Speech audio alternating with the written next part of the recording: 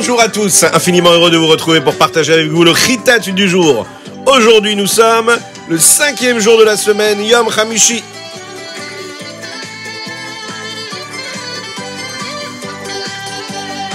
Nous sommes toujours dans la Parashat Shemot et aujourd'hui nous sommes le Yutet Tevet, le 19 du mois de Tevet et Tavshin Pei Gimel.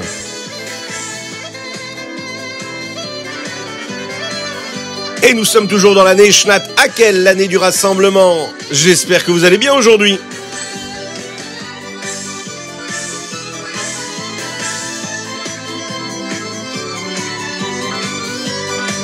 On va tout de suite prendre une petite pièce pour la mettre dans la Tzedaka. Parce que grâce à la Tzedaka, Mashiach arrivera. Et on commence tout de suite avec le Chumash du jour, Yom Hamishi. Akadosh Baruch Hu a choisi Moshe Rabbeinu afin que ce soit lui qui fasse sortir les bénis Israël d'Égypte. Hachem lui est apparu à Moshe Rabbeinu dans ce buisson ardent. Il va lui dire ce qu'est réellement sa shlichut, sa mission. Il lui dit, c'est toi qui dois faire sortir les bénis Israël d'Égypte. Il lui demande de rassembler tous les dirigeants du peuple juif de l'époque et de leur dire voilà, Akadosh Baruch Hu n'a pas oublié sa promesse. Il va faire sortir les bénis Israël d'Égypte et il va les amener en Eretz Israël. Ces dirigeants-là vont croire Moshe. Pourquoi ? Parce qu'ils savaient qu'il y avait la nouvelle de la Géoula qui devait arriver. Cette annonce-là de la délivrance qui devait arriver par deux mots particuliers. Pas code, pas kadeti. Je me suis souvenu de vous. Ensuite, Hachem va lui dire à Moshe, va chez Paro et tu vas lui demander de permettre aux bénis Israël de sortir dans le désert pendant 3 jours afin d'amener des corbanotes, des sacrifices. Bien sûr, on l'imagine bien, Paro ne va pas écouter jusqu'à ce qu'Hachem utilise Yad HaChazaka, une main forte qui le punisse et qui lui montre de beaux miracles. C'est à ce moment-là que Paro va permettre aux bénis Israël de sortir et les bénis Israël pourront sortir avec de l'or, de l'argent, de beaux vêtements, comme la promesse avait été faite à Abraham, que les bénis Israël seraient très riches en sortant d'Égypte. Maintenant, Moshe, il entend cette belle promesse, il entend ce qu'Hachem lui dit, mais il se dit, mais les bénis Israël ne vont pas me croire. Ils ne vont pas me croire que c'est Hachem qui m'a vraiment parlé. C'est la raison pour laquelle Akadosh Baruch Hu va donner des simanim à Moshe Rabbeinu, afin que les bénis Israël croient bien que c'est bien Hachem qui a parlé à Moshe Rabbeinu. Il lui dit, voilà, le bâton qui est dans ta main, tu vas le jeter à terre, et il deviendra un serpent. Et que quand tu soulèveras encore une fois ce bâton, eh bien, il redeviendra un bâton. Et Hachem va lui donner encore un autre siman. Il va lui dire, prends ta main, mets-la au niveau de ta poitrine. Et quand tu la sortiras, tu verras qu'elle sera devenue toute blanche, toute lépreuse. Vous savez, la fameuse maladie de Tsaraat que les gens ont s'ils disent la Shonara. C'est ce qu'on verra dans la suite de notre histoire. Eh bien, c'est ce qu'il va faire Moshe. Il va mettre sa main sur sa poitrine. Elle deviendra toute Tsaraat, toute lépreuse. Hachem lui dit maintenant, remets-la encore une fois, et tu verras que tout disparaîtra. Et c'est ce qui va se passer. Hachem donne ces simanim précisément à Moshe Rabbeinu, afin de lui dire de ne pas dire la Shonara sur le peuple juif, de ne pas parler négativement. Et il lui dit par là, tu sais, même s'il ne te croit pas, eh ben sache que le Lachonara, c'est un petit peu comme le serpent. Et la tsaraat, la lèpre, c'est la punition qu'un homme il peut avoir, que Dieu nous en préserve quand il dit la Lachonara. Hachem va lui donner encore un autre siman à Moshe Rabbeinu. Il lui dit, si vraiment il continue à ne pas te croire, prends un petit peu d'eau du Nil et tu vas le verser sur la terre. Et ils se transformeront en sang. Alors, Moshe aurait pu être rassuré, mais non. Moshe ne voulait pas partir. Il était tellement modeste et il s'est dit « Je ne peux pas accepter une mission qui est tellement importante. Qui je suis, moi ?» Et en plus, j'ai du mal à parler. Je suis bègue. Et puis mon frère s'appelle Aaron. Et mon frère, il est plus grand que moi. Alors pourquoi est-ce que Dieu ne choisirait pas Aaron ? Hachem n'était pas très heureux de cette réponse que Moshe lui a faite. Et il va lui dire « Regarde, tu n'as pas écouté tout de suite ma voix. Eh bien, c'est ton frère Aaron qui sera Cohen et toi, tu seras Lévi. » Et c'est ainsi que Aaron sera très heureux de ta mission, même si elle est plus importante et que toi tu es plus jeune que lui. Il sera très heureux pour toi. D'ailleurs, c'est toi qui lui diras ce qu'il aura à dire, et c'est lui qui parlera à Paro. Akadosh Baruch Hu lui dit maintenant, prends ton bâton, afin que tu puisses partir et faire les miracles devant le Ham Israël, et là tu verras qu'ils te croiront.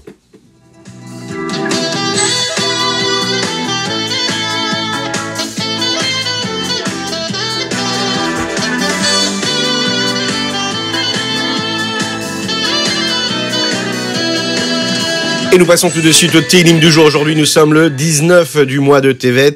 Et les chapitres que nous lisons, c'est du Tzadik au Tzadik Vav. Le premier chapitre a différents versets dans ce Télim qui sont justement écrits par Moshe Rabbeinu. David Amelech va ajouter ces versets-là dans son livre du Télim.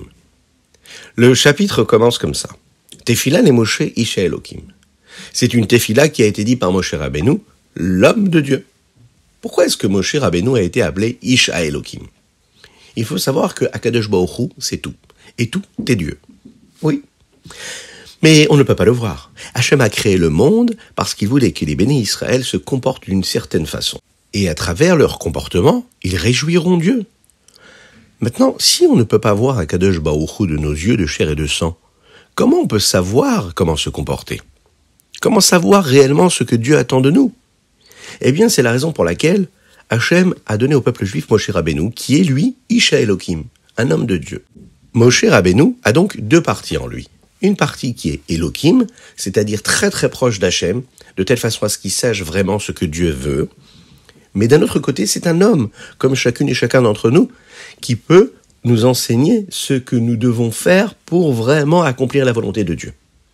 Il y a toujours dans chaque génération un Nassi, comme le Moshe Rabbeinu. C'est ce que nous appelons le Moshe Rabbeinu de la génération qui aide le peuple juif à savoir ce qu'il doit faire, à savoir ce que Dieu attend de lui dans cette génération précisément. Vous l'imaginez bien, oui, maintenant, c'est le Rabbi qui est notre Moshe Rabbeinu de notre génération. Il nous dit ce que nous devons faire, il nous conseille, il nous bénit, il nous aide, il nous accompagne, il nous réjouit. Le Rabbi nous l'a dit, nous sommes prêts à voir la Géoula, la délivrance totale. Elle est là, elle est en train d'arriver. La seule chose que nous avons à faire, c'est d'étudier encore et encore les sujets qui concernent la Géoula. La seule chose que nous devons faire, c'est enseigner ces sujets de la Géoula. On doit réjouir chacune et chacun d'entre nous à travers ces sujets-là. Et la seule chose qu'on doit faire aussi, vous savez ce que c'est? C'est vraiment demander, vous savez, quand un homme il demande quelque chose, quand vraiment on veut quelque chose, eh bien, on le demande. Et en général, on nous écoute, on nous dit, bon, allez, d'accord, tu as demandé ça, je t'écoute, et je vais te faire plaisir, je vais te le donner. Mais imaginez si nous demandions à Hachem de nous donner ce qu'on lui demande, à savoir le Mashiach, mais vraiment, vraiment, comme un bonbon qu'on a vraiment envie de manger. Vraiment, on veut vraiment ce bonbon-là. Imaginez, on le demande de cette façon-là. Ça, ce serait sûr qu'Akadosh Baruch Hu écouterait notre filote et il nous donnerait réellement le Mashiach maintenant.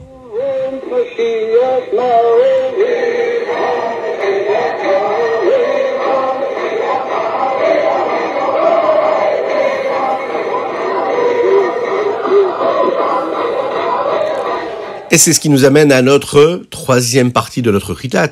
C'est bien sûr le Tania du jour. Aujourd'hui, nous sommes dans le 13e chapitre, Yutet Tevet Shnat Pshuta. Comme nous l'avons appris hier, un homme a besoin de faire très attention, de ne pas se tromper. Et il faut qu'il pense comme un tzaddik. Même si c'est vraiment un Benoni, il doit toujours penser comme un tzaddik. Puisque s'il pense qu'il n'est pas assez tzaddik, il pense être un rachat, il risque de faire ce qu'il ne faut pas. D'un autre côté, même si toute la journée il accomplit des mitzvot, ça ne veut pas dire que son âme animale, elle a disparu. C'est juste qu'il n'écoute pas son âme animale. Par exemple, il est en train de faire la tefila. Alors, la nefesh haba'amit, âme animale, elle ne peut pas se réveiller maintenant avec des choses nouvelles qui vont l'embêter et qui vont lui demander de faire l'inverse de ce qu'il est en train de faire, à savoir quelque chose de kadosh, puisqu'il est en train de prier Dieu. Elle est en sommeil, elle est en train de dormir. C'est un peu comme une personne qui dort. Bon, il peut se réveiller, d'accord? Mais on peut le laisser aussi dormir. Si personne ne le réveille, il ne se réveillera pas. Eh bien, la nefesh haba'amit, c'est pareil. La nefesh haba'amit, elle peut se réveiller à un moment. Vous savez, c'est comme quand on dort et que nos parents ils nous lèvent le matin. Allez, on se lève, c'est le temps de se réveiller. Il faut aller étudier la Torah, il faut aller à l'école. Allez, on se dépêche. Et on n'a pas envie de se lever. Mais on entend quand même la petite voix qui nous dit « Allez, on se réveille ». Lorsqu'un homme dort, il peut se réveiller. Eh bien, la nefesh haba'amit, l'âme animale, même quand elle est en sommeil, même quand on est en train de faire la tefila, eh bien, elle peut se réveiller à un moment. Il est fort possible que le Benoni, qui lui est capable d'aimer Hachem comme il aime Dieu dans la tefila pendant toute la journée, et son âme animale, elle est en train de dormir toute la journée.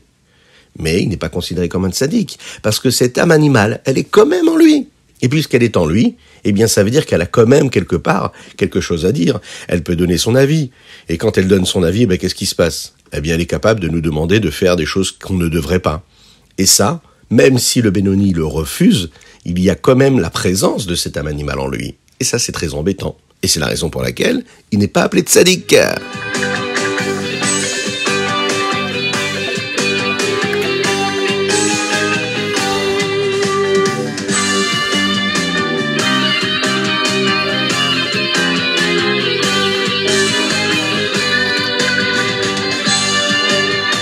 Et nous passons au Hayom Yom du jour. Aujourd'hui, le Yutet Tevet, 19 du mois de Tevet. Ah, ça c'est un Hayom Yom extraordinaire, puisqu'il concerne ce que nous sommes en train de faire, Baruch Hashem, ensemble tous les jours.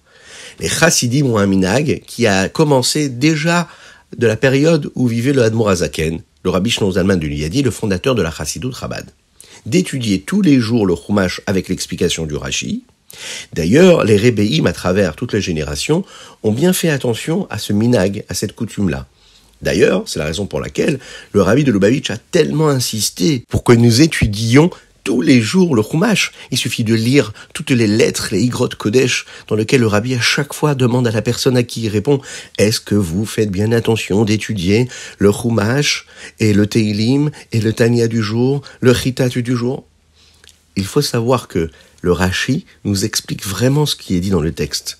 Et quand on étudie le Chumash avec le Rashi, on a la possibilité de comprendre réellement tout ce qui a été dit dans le texte. Alors, ensemble, nous le faisons comme ça à l'oral, mais je sais que chez vous à la maison, ou même si vous êtes en voiture, ou vous êtes dans l'avion, dans le train, ou peut-être dans un bateau, qui sait, eh bien là, vous pouvez prendre un livre et lire les versets. Petit à petit, en fonction de votre âge, c'est très important de lire les lettres du Chumash, de comprendre et de traduire le Rashi, afin de bien évoluer dans cette étude-là.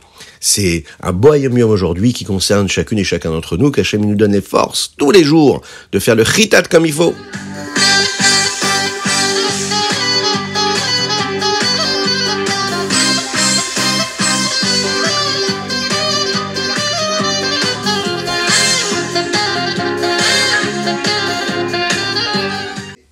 Mais j'entends d'ici Oufi qui me dit mais on n'a pas mis la petite pièce dans la tzedaka. Eh oui. Et on peut faire mieux que cela, on peut chanter ensemble. Oui, la petite pièce, elle est où? Elle est là. C'est parti. Une petite pièce dans la tzedaka. Et Mashiach arrivera.